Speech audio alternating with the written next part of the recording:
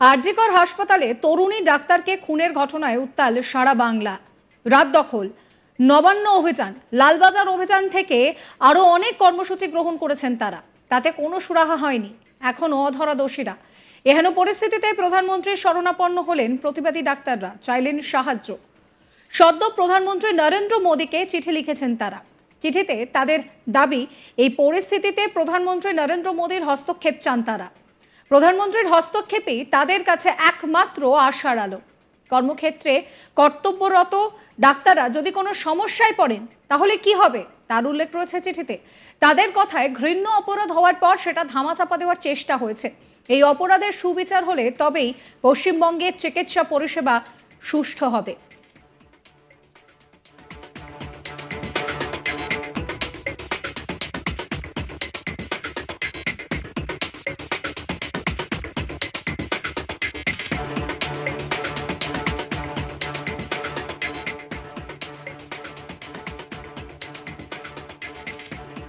এই সঙ্গে আরজিকর কাণ্ডে এবার রাষ্ট্রপতিকে চিঠি দিয়েছেন জুনিয়র ডাক্তাররা। আরজিকর কাণ্ডের পর ডাক্তারদের আন্দোলন উল্লেখ করে এবার আলোচনা নিয়ে রাজ্যের সঙ্গে টানাপোড়েনের প্রসঙ্গ তুলে চিঠিতে বিবরণে জানিয়েছেন জুনিয়র ডাক্তাররা। স্বাস্থ্যক্ষেত্রে নিরাপত্তা পরিকাঠামোর একাধিক গলতের কথা চিঠিতে উল্লেখ করেছেন ডাক্তাররা। শোনাবো আপনাদের জুনিয়র ডাক্তার কি বলছেন। মাননীয় রাষ্ট্রপতির কাছে ইমেল সংক্রান্ত যে খবরটি রটেছে সেটির ক্ষেত্রে আমরা বলতে চাই, হ্যাঁ, আমরা মাননীয় রাষ্ট্রপতিকে গতকাল সকালে একটি মেল পাঠিয়েছি, ঠিক যেমন গত 9 তারিখে এর আগে আমরা সুপ্রিম কোর্টের কাছেও আমাদের দাবিগুলিকে মেল করেছিলাম। আইনিভাবে ও শান্তিপূর্ণ আন্দোলনের পথে বিচার পেতে সমস্ত সরকারি ও আইনি দরজাতেই আমরা কড়া নেড়ে চলেছি। কিন্তু কিছু মিডিয়া এই খবরে বিভ্রান্তি সৃষ্টি করে বলছে যে গতকাল মুখ্যমন্ত্রীর ব্যবহারে হতাশ হয়ে আমরা প্রেসিডেন্ট, প্রধানমন্ত্রী, স্বরাষ্ট্রমন্ত্রীর হস্তক্ষেপ চাইছি। এই প্রচার সর্বতভাবে ভুল।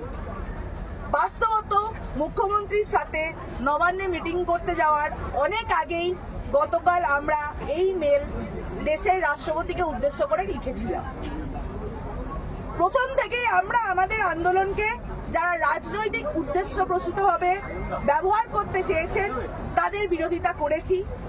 এই উদ্দেশ্যে আন্দোলনে যোগ দিতে আসা অভিজিৎ গাঙ্গুলি বা অগ্নিমিত্রা পালের মতো নেতা নেত্রীকেও তাই আমরা আন্দোলনের মঞ্চ থেকে গো ব্যাক স্লোগান শুনতে হয়েছে। এই ঘটনাকে হাতিয়ার করে রাজ্যের বিরোধী দলনেতা শুভেন্দু অধিকারী আমাদের আন্দোলনকেই কালিমালিপ্ত করতে নেমেছেন। এই ঘটনাগুলি নাকি দুশ্চরিত্র বহিরাগতর ষড়যন্ত্রের ফলে ঘটেছে বলে তিনি দাবি করছেন।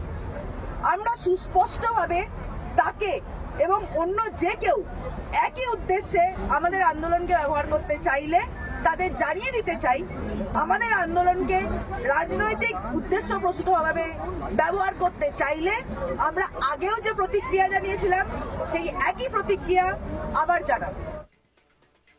অভয়াকাণ্ডে দোষীরা অধরা, এহেন পরিস্থিতিতে প্রধানমন্ত্রীর শরণাপন্ন হলেন প্রতিবাদী ডাক্তাররা, চাইলেন সাহায্য। সদ্য প্রধানমন্ত্রী নরেন্দ্র মোদীর কাছে তারা একটি চিঠি দিয়েছেন। সেই চিঠিতে তারা লিখছেন যে এই পরিস্থিতিতে প্রধানমন্ত্রীর হস্তক্ষেপ চান তারা। প্রধানমন্ত্রীর হস্তক্ষেপই তাদের কাছে একমাত্র আশার আলো।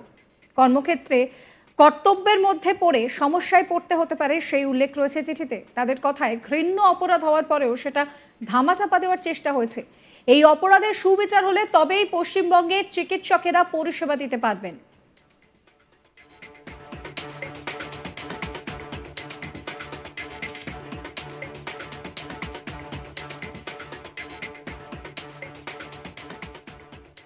এই নিয়ে আমার কলিগ সূর্যাগ্নির একটি রিপোর্ট দেখাবো আপনাদের। প্রথমে রাজ্যপালের সঙ্গে দেখা সাক্ষাৎ, তারপরে মুখ্যমন্ত্রীর সঙ্গে একটা কথা বলার ইনিশিয়েটিভ, কিন্তু যেটা হলো না তারই মধ্যখানে কিন্তু এই জুনিয়র ডাক্তারদের তরফ থেকে রাষ্ট্রপতি Droupadi Murmu, president of India, ওনাকে কিন্তু একটা চিঠি লেখা হয়। সেই চিঠিটার দুটো কপিও পাঠানো হয়। কোথায়? একটা পিএমও মানে প্রধানমন্ত্রী নরেন্দ্র মোদীর অফিসে, আর একটা হেলথ মিনিস্টার জেপি নাড্ডার অফিসে। এই চিঠিটাতে কি লেখা আছে? ডাক্তাররা যারা প্রোটেস্ট করে যাচ্ছে বিগত 1 মাস ধরে, তাদের কিছু দাবি দাবা ছিল, যেটা তারা প্রকাশ্যে সেটা নিয়ে কথাবার্তা তারা প্রেসের সামনেও বলেছে, নিজেরাও বলেছে। ইনফ্যাক্ট মমতা বন্দ্যোপাধ্যায়ের সঙ্গেও কিন্তু কিছু দাবি নিয়ে তারা কথা বলতে উৎসুক ছিল, কিন্তু সেই মিটিং হলো না। আমরা সবাই জানি যে বোন অফ কন্টেনশন হয়ে গেল লাইভ টেলিকাস্ট, সেটা না হতে এই মিটিং কিন্তু হলো না। কিন্তু এরই মধ্যে ডাক্তারদের তরফ থেকে একটা চিঠি লেখা হয় রাষ্ট্রপতিকে। সেই চিঠিতে কি উল্লেখ করা? সেই চিঠিতে উল্লেখ করা হচ্ছে অগস্ট 9 তারিখ থেকে আজ পর্যন্ত যা যা ঘটনা ঘটেছে ইন ডিটেল সব কিছুর কিন্তু একটা বিবৃতি দেওয়া হয়েছে ডাক্তারদের পক্ষ থেকে।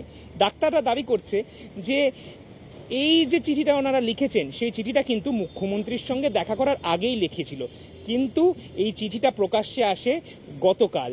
তার মানে মুখ্যমন্ত্রীর সঙ্গে দেখা করার পরের দিন এই চিঠিটা কিন্তু পাবলিকের কাছে সামনে আসে, কিন্তু তার আগেই কিন্তু তারা দাবি করেছে যে চিঠি তারা লিখে দিয়েছে। এরম না যে মুখ্যমন্ত্রীর সঙ্গে দেখা করতে পারেনি বলে রাষ্ট্রপতিকে লেখা হয়েছে। ডাক্তাররা কিন্তু এই থিওরিটাকে একদমই মানছে না। কিন্তু এই চিঠিতে আর কি লেখা আছে? আরজি করে 14 তারিখ এবং 15 তারিখ অগস্টের সেই রাতে যখন হামলা হয়, সেটারও কিন্তু একটা বিবৃতি দেওয়া আছে সেই চিঠির মধ্যে। অ্যাওয়্যার করানো হয়েছে রাষ্ট্রপতিকে এবং প্রধানমন্ত্রীর দপ্তরকে। চিঠিটাতে আরেকটু যদি আমরা ভালোভাবে দেখি, সেখানে কিছু জিনিস লেখা আছে, উল্লেখ করা আছে। সেটা কি? ডাক্তাররা বলছে যে এমন এমন ইস্যুজ আছে যেটা হয়তো এই ইনসিডেন্টের সঙ্গে রিলেটেড না, কিন্তু যেটা তারা বহু বছর ধরে ফেস করছে। এমন এরিয়াজ হয় মেডিকেল কলেজে, হসপিটালে, যেখানে কোনো লাইট নেই, ওয়াশরুমের সমস্যা, এরকম একাধিক সমস্যা যেগুলোর অনেক কাল ধরে তারা ফেস করছে, কিন্তু তাও তারা কিন্তু মানুষের সেবা করে গেছে। এই জিনিসগুলো তারা ব্রিফ করেছে রাষ্ট্রপতিকে। আর শেষমেশে তারা এইটা লিখেছে যে তারা চায় যে একটা সুস্থভাবে এই জিনিসটার ইতি হোক, আর তাই জন্যই রাষ্ট্রপতির কাছে চিঠি লেখা, যাতে রাষ্ট্রপতি ইন্টারভিন করুক আর এইটার একটা সমাপ্তি হোক। যেই ডিমান্ডগুলো সরকারের কাছে তারা রেখেছে সেগুলো যাতে ফুলফিল করা যায়। এই প্রেক্ষিতে জুনিয়র ডাক্তাররা কি বলছেন শোনাবো।